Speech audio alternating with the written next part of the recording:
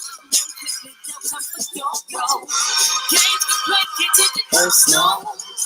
cause the devil is a liar. I'm telling you the truth, hey. It's only what you do, hey. Some things you gotta do, hey. Hey, barbershop conversations, man. Feel free, hit the subscribe button. Don't forget, we go live every night during quarantine, 9 p.m. Pacific Standard Time, man. Tonight, we talking about, is there such thing as an alpha female? And don't forget to join the Patreon. Click the link in the description box, man. We're doing a great job on the Patreon. We're definitely making money, for sure. So I rewatched the Earl Spence Sean Porter fight. It popped up in my mentions, and you know what I mean, I got tired of, I watched it because what else? It was a great fight. So shit, I definitely rewatched that fight. And I'm gonna do the good, bad, and ugly. Sean Porter lost, so I'll definitely do him first. I thought Sean Porter came in great shape. I thought in terms of shape, that's the best shape I've seen Sean Porter in. I haven't seen Sean Porter this hungry since Devin Alexander. I can honestly say, even though he comes in with the same mindset, I thought that he was very determined. I thought that first 6 rounds he looked stupendous. Was able to turn Earl Spence. He actually landed a counter, and there was a moment in the fight. That I thought caught Earl Spence off guard, and maybe Sean Porter could have taken advantage of it. But I thought he didn't trust, not that he didn't trust his condition, but obviously there's a monster on the opposite side of him. But he didn't really take advantage of what I thought could have been a great weapon for him, and that was the up jab on his toes. And because Earl Spence is a naturally taller target, the up jab makes it easier for Sean Porter to hit, and it definitely keeps him aggressive. And then he would have been able to step in with that right hand, similar to no, I'm not going to say that, but maybe he could caught him off guard, similar to way Shane Mosley fought Floyd Mayweather. Obviously, Shane Mosley didn't throw an up jab, but he blinded him with the jab and landed that vicious right hand. The day the boxing world stopped, for that second round. But Sean Porter came in great shape. Rounds 7 and 8, I can see a little bit of fatigue. I'm just talking about Sean. I'll get to Earl in a second. Okay. I saw fatigue start to set in around the 7th round. His turns started to get clinchy. They wasn't as clean as they were. Earl Spence was able to manipulate him physically. You saw that a great deal. He allowed Earl Spence foot pressure to dictate his movement. Sean Porter started to be more spotty in his aggression. And when he became more spotty in his aggression, I thought that gave a bigger advantage to Earl Spence. First 6 rounds is probably even 3-3, 8 through 12. You definitely can lean more towards Earl Spence winning those rounds, but rounds 1 through 6, 4th round was a huge round for Sean Porter. Huge round. That's the good. The bad, his fatigue started to make him a little bit more wider and raise his chin levels. Like when he goes up, when he throws the hook or whatever he throws, his chin is up. And Earl Spence was doing a very good job at detonating on Earl Spence's on Sean Porter's chin. When you rewatch the fight, everything is a lot slower because you kind of know what's happening after you rewatch the fight a couple of times, and you're able to see many other things as it relates to the fight.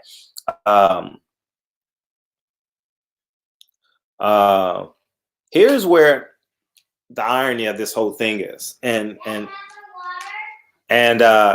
yeah, as it relates to Sean Porter. His technical skills kind of failed him. There was a huge difference. There was a huge disparity between the accuracy of punches and the effectiveness of the punches. Yeah, Sean landed some really good shots. You definitely can't take away from what a man's earned. But they were becoming far and in between. Obviously, they were effective, but I thought Earl Spence was doing a really good job at protecting his left hand and keeping it in an offensive state of positioning. You know,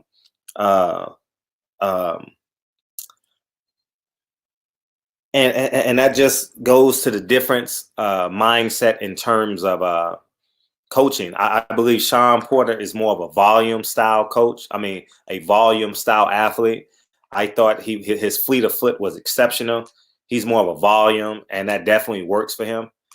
Just imagine if Sean Porter had the accuracy of Earl Spence. You know, like the crispness and the technicalities of a Earl Spence type of puncher. You know, the irony about it is if Derek James and Kenny Porter worked together on Sean Porter maybe 5 years ago, you're looking at one hell of a fighter in Sean Porter, because how he isolates every punch on the mitts. If you've ever seen Derek James work mitts, he very much isolates each punch, you know, and each punch for the most part is a double. Derek James don't believe in singles, you know what I mean? Even the jab is powerful, you know what I mean? But if those two could have worked together at some point early on in Sean Porter's career, I genuinely believe that Sean Porter would be a hellacious fighter. You know, I think his flaws show after round 7 or 8, especially in this fight. You can definitely see like the wideness of his punches and him getting more upright. But you can also see his ability to be a great athlete in pressure situations, you know, and his heart. I mean, you can't discount his heart. It was great, and I think Sean was in the best shape of his life. He did the boxing, and this is what I'm going to lead to. He did the boxing world justice by doing his part for this fight. At the post-fight press conference, obviously, it was good to see that they definitely squashed their beefs and did what they may have. In the post-fight interview for Sean Porter, I thought he gained the respect of the fans. He was very gracious, very humble. And the fans was actually looking out for Sean Porter. Like they stayed basically when fans stay to hear the loser speak, that's basically saying thank you. You know, we genuinely appreciate you. We want to give you a round of applause to tell you thank you. And I thought, I would say 3/4 of the crowd was definitely pro Earl Spence. And I think that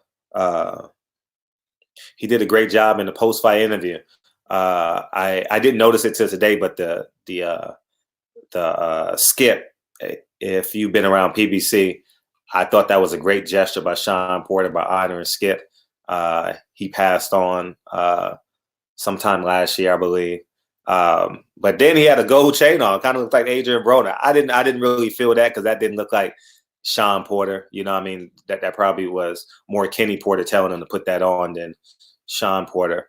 But here's the more important thing about this whole thing. What they didn't take advantage of. Earl Spence got into the car accident. January 28th date was open. Sean Porter is probably top 10 most popular person in boxing September 28th. He didn't capitalize off of that momentum. I understand he got married, and which is the right thing to do. You definitely do right by that. He should have filled in on that, Sean. He should have asked to be filled in on January 21st. I don't know if PBC had a card January 21st. I'm not looking out for it. Maybe Showtime had a card. Oh no, Showtime was January 28th. But I thought that maybe he should have been on the undercard for half the price, but he should have kept that momentum going. And I think because of the lack of momentum, He's talked a lot since, and he's kind of like detonated his like fan base, but I think he should have multiplied that fan base by coming right back. Like Earl Spence would have. Earl Spence would have came right back January 28th and fought Danny Garcia at the Barclays Center. But, things were a little bit different. But that's the business side of boxing and understanding your value. Now Sean Porter is basically the most popular, the most worthy opponent of any champion. You understand what I'm saying? I say this out of dear respect. This is not out of disrespect, but he is the Buffalo Bills of boxing, meaning he gets to the Super Bowl, he becomes champion, but he never unifies. He's had some change. He's fought everyone and come up short a few times. That just doesn't mean that he can't get it back. But it's going to be tough sledding, you know what I mean? Especially with Earl Spence and Earl Spence saying that he won't fight him the same way again. But maybe you can't, time will tell. Sean is in this for a long haul. He has no bad habits. He's disciplined outside the ring. He may gain some weight, but outside of that, which is common, every fighter gains weight.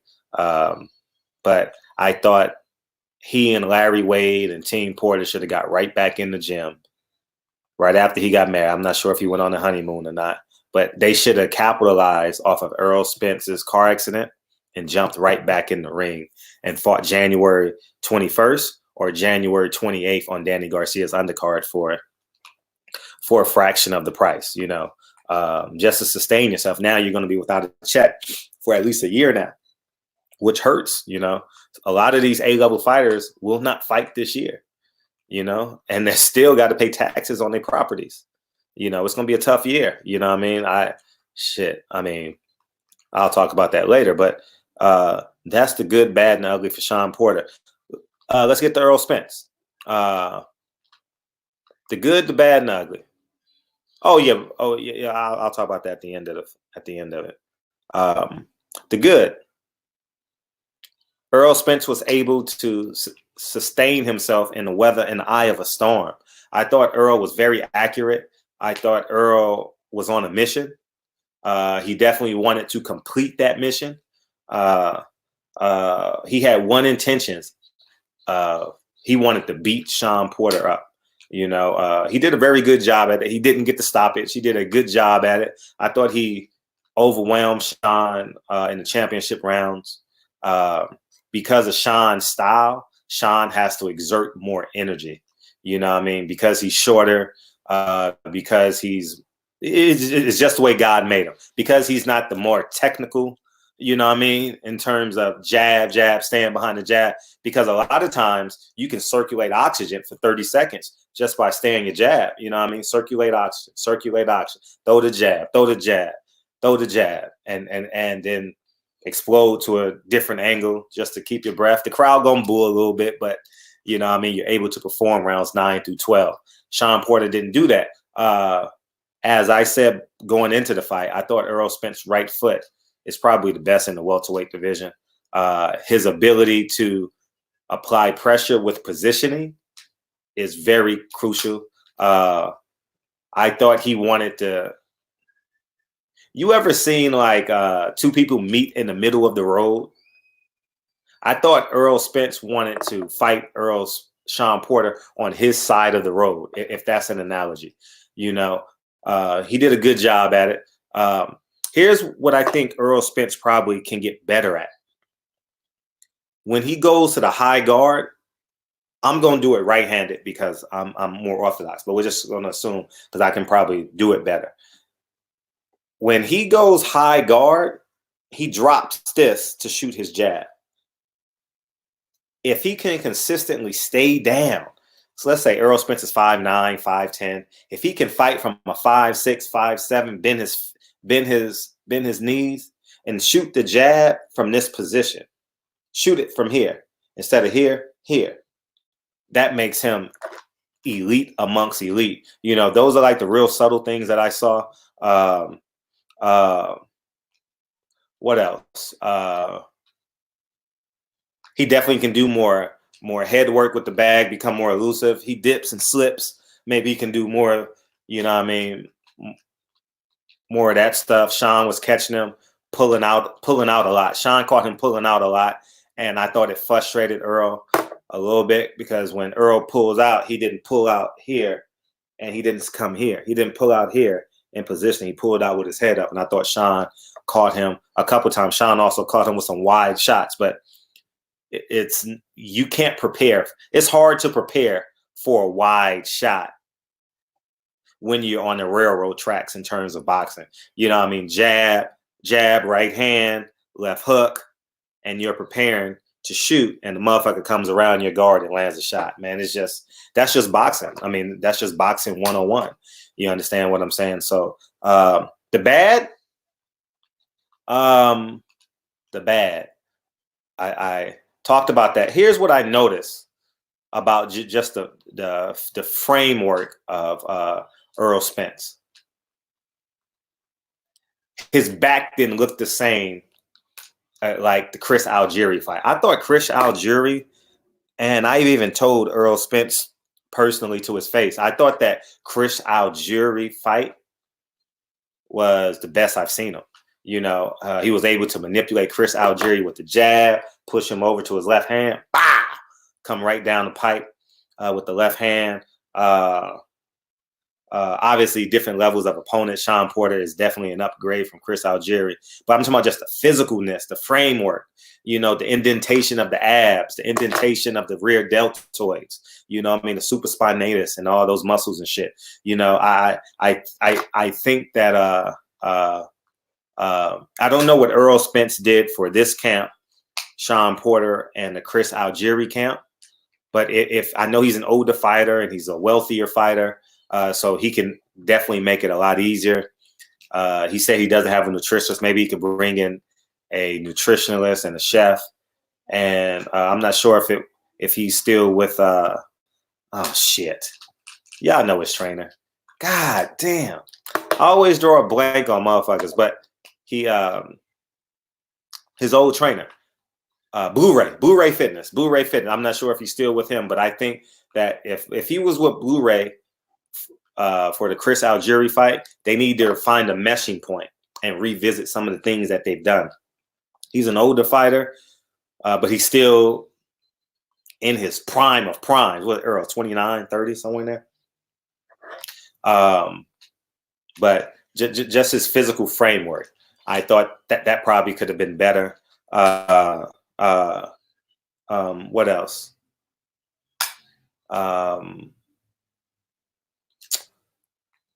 Pulling out.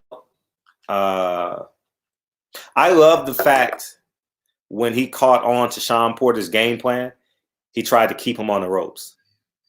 You understand? Maybe a little bit more slipperiness coming forward. You know, he went to the high guard a lot. You know, he's very comfortable doing that because he knew he was the bigger fighter, so obviously he did it. But maybe if he did it from a lower positioning point, it will give him the option to go to fight at the basement level or to fight in the penthouse level if he comes in a little bit lower. You understand what I'm saying? Because Sean Porter doesn't know what to prepare for because he was beating up the body. His elbows were a lot down, and so I think that one of the biggest things, he didn't throw the right cross. If you see I'm talking about round 11 on a knockdown, he missed. The fight would have been over if he would have landed the right cross. He threw the left hook. I'm going to throw it from my position, right? But he threw the left hook. Boom, landed it. That immediately put him in an orthodox position. And Sean was wide open. He should have came with the right cross. Fight's over. You know, he probably even said the same thing when he watches this fight. And I'm sure Derek James, as his trainer, probably said the same thing as well. But the right cross would have ended the fight. You know, you got to give Sean Porter a great deal of credit for coming back in that round and fucking making the best of a terrible situation. Another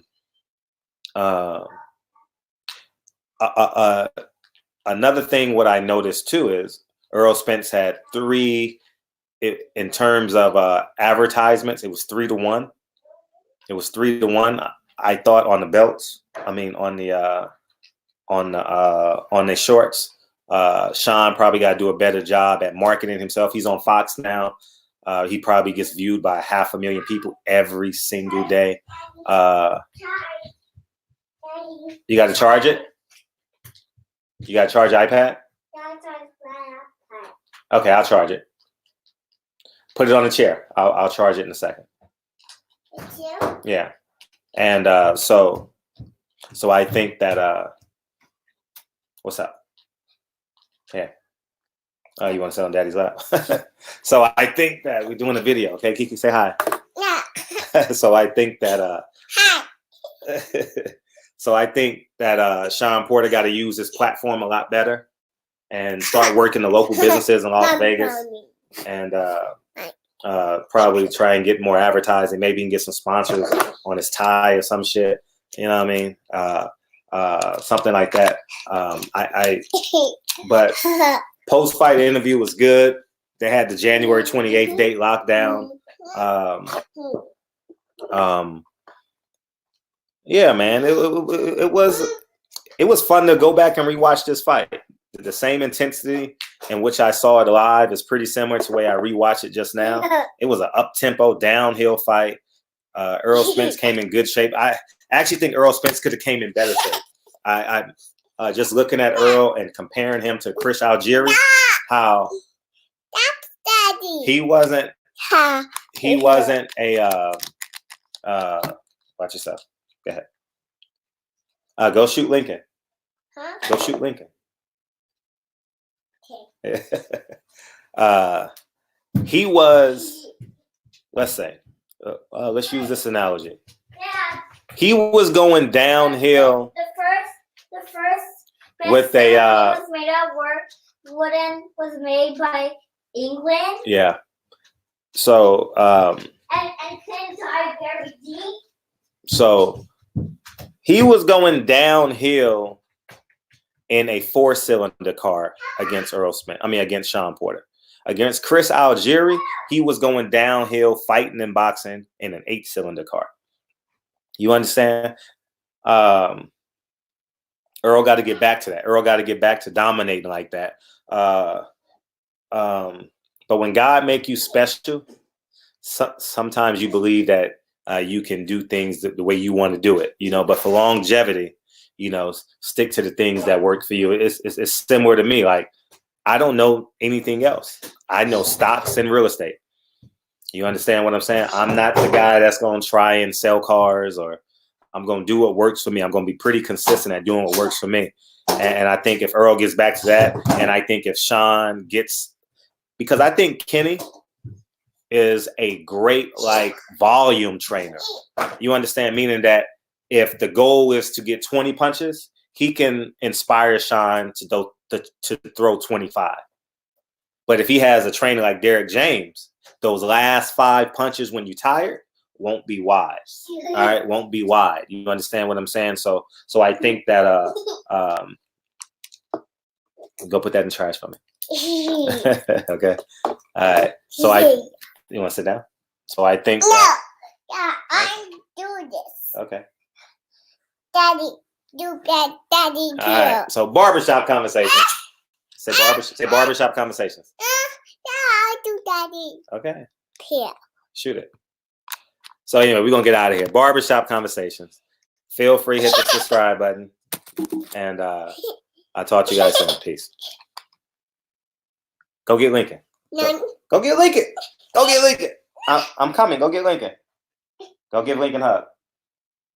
Go give Lincoln a hug. Yeah.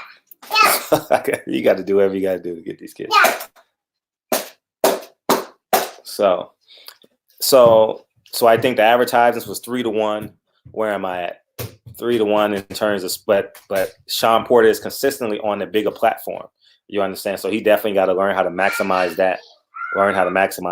And would I want to see a rematch? If Sean Porter can get a win, I'm interested in a rematch. It was what it was. You know what I mean? So anyway, they fight. I gotta go. Barbershop Conversations. Feel free, hit the subscribe button. Quarantine Daddy. And talk to you guys soon. Peace. You done? You okay?